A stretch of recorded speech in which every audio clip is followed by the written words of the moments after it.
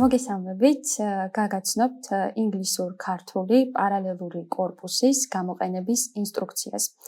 პარალელური კორპუსი აღჭურვილი არის დეტალური ძიების ფუნქციონალით, რომელსაც თქვენ ხედავთ აქ მთავარ გვერდზე. შეგვიძლია გადავიდეთ დეტალურ ძიებაზე და აღჭურვილი არის სხვადასხვა დონის ძიების შესაძლებლობით და ფილტრით. მაგალითად, შეგვიძლია ჩავწეროთ საძიებო სიტყვა ოპერაცია.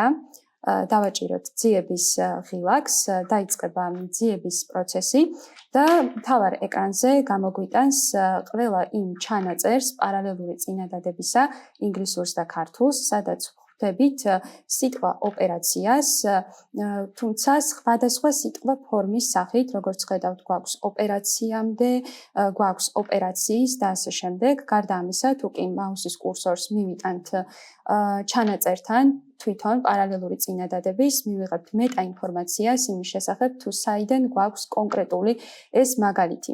კერძოდ ამ შემთხვევაში გვაქვს საქართველოს მეცნიერებათა აკადემიის მოამბიდან ტომი 55 ადამიანისა და ცხოველთა ფიზიოლოგია.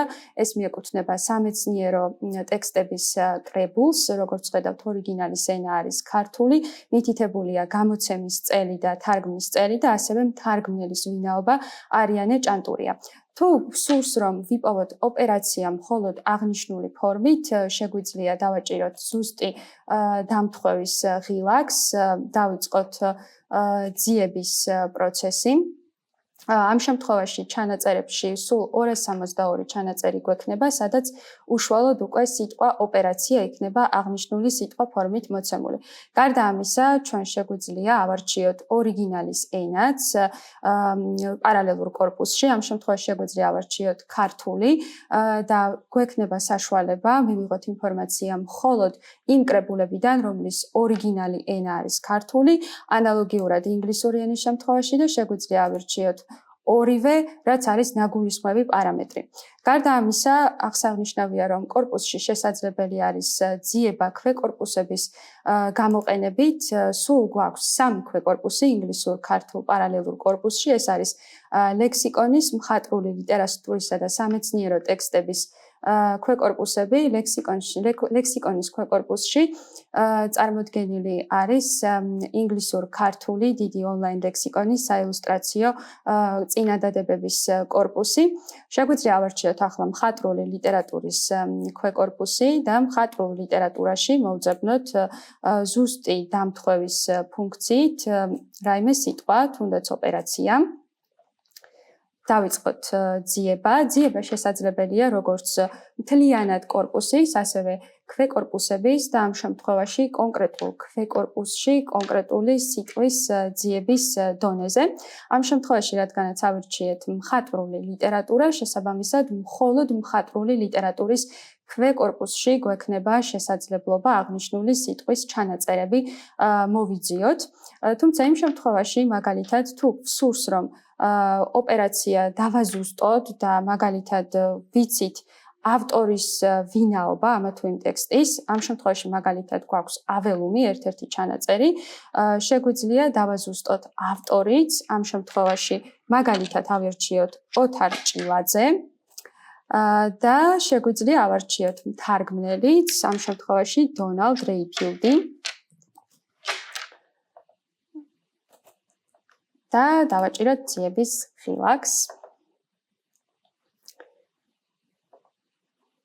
ამ შემთხვევაში გვექნება ინფორმაცია მხოლოდ იმ ტექსტებიდან, ამ შემთხვევაში 2 ჩანაწერი, სადაც სიტყვას ოპერაციას ხვდებით ოთარ ჭილაძეს ნაწარმოებებში, ამ შემთხვევაში აველუმში და რომლის მთარგმნელიც არის დონალდ რეიფილდი და ეს მეტა ინფორმაციაშიც არის მოცემული. გარდა ამისა, მხატვრული ტექსტების ქვეკორპუსში შესაძლებელია ძიება ჟანრების მიხედვით. ამ შემთხვევაში თუ ვიცით რა ჟანრის ტექსტში გსურს ძიების განხორციელება, ჟანრების კატეგორიაში ჩამოთვლილი არის ამბანთრიგზე ყველა ის ჟანრი, რომელიც ინგლისურ-ქართულ პარალელურ კორპუსში არის ხელმისაწვდომი.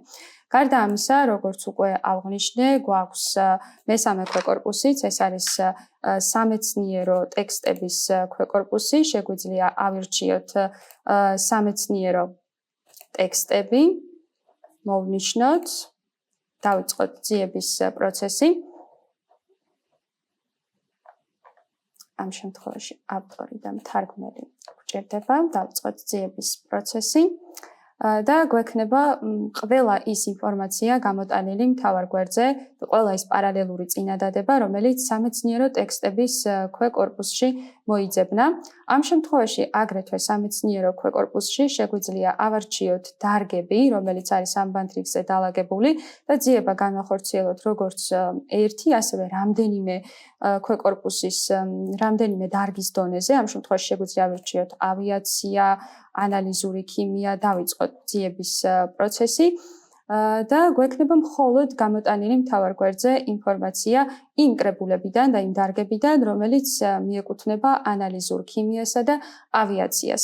ამ შემთხვევაში, როგორც მხატვრული ტექსტების ქვეკორპუსის შემთხვევისა, შეგვიძლია ძიება განვახორციელოთ როგორც მთლიანად სამეცნიერო ტექსტების ქვეკორპუსის დონეზე, ასევე კონკრეტული შერჩეული დარგებისთვის და ასევე შეგვიძლია ჩავწეროთ რაიმე ტერმინი, რომელიც გვინდა, მაგალითად სამარხი, ავარჩიოთ ზუსტი დამთხევა, მოვნიშნოთ სამეცნიერო ტექსტები და მოვნიშნოთ დარგი არქეოლოგია. დავაჭიროთ ძიებას.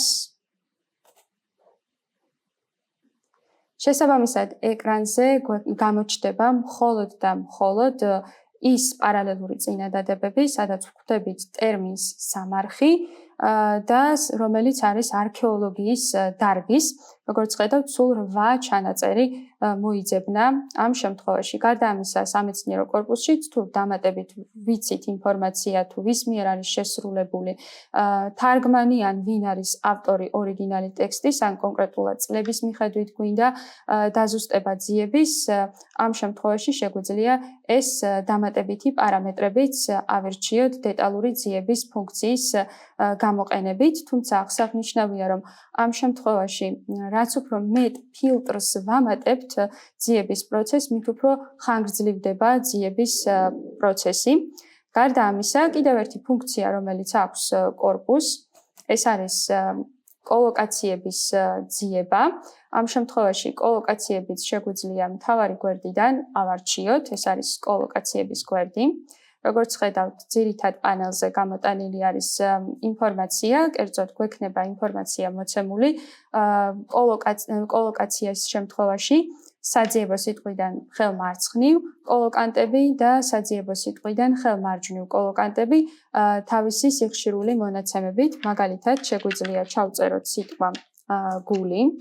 დავიწყოთ ძიება, როგორც ხედავთ ეკრანზე გამოჩნდა, რომ სულ სიტყვა გულის მოთხოვნილი სიტყვის სიხშირე არის 1657. აქ არის კოლოკანტები, რომელიც გვხვდება საძიებო სიტყვა გულიდან ხელმარცხნივ, მაგალითად კეთილი გული, ფარნაოზის გული და ასე შემდეგ. შეგვიძლია დავაჭიროთ კეთილს და გამოჩნდება ყველა ის პარალელური წინადადება, რომელშიც კეთილი გული გვხვდება კოლოკაციის სახით. ამ შემთხვევაში ხელმარჯვნივაც ანალოგიური პრინციპი გვაქვს, მაგალითად გული დასწყდა, გული მიგრძნობს, გულის წყდებოდა, აქაც შეგვიძლია გადავიდეთ და ვნახოთ პარალელური წინადადებები, რომელშიც ვხვდებით ამ კოლოკაციას. თუმცა აღსანიშნავია, რომ ქართული კორპუსი არ არის ლემატიზებული, ასეთ შემთხვევაში თუ სურს სხვა სიტყვა ფორმის კოლოკაციის მოძიება, უნდა ჩავწეროთ დაზუსტებით ეს სიტყვა ფორმა, მაგალითად გულის, გულმა და ასე შემდეგ. ანალოგიური ძიება შესაძლებელი არის ინგლისური კორპუსისათვისაც, შეგვიძლია ჩავწეროთ სიტყვა heart, დავიწყოთ კოლოკაციური ძიება. ამ შემთხვევაში კოლოკაციებში გამოჩნდება მხოლოდ და მხოლოდ ინგლისური სიტყვის კოლოკაციები.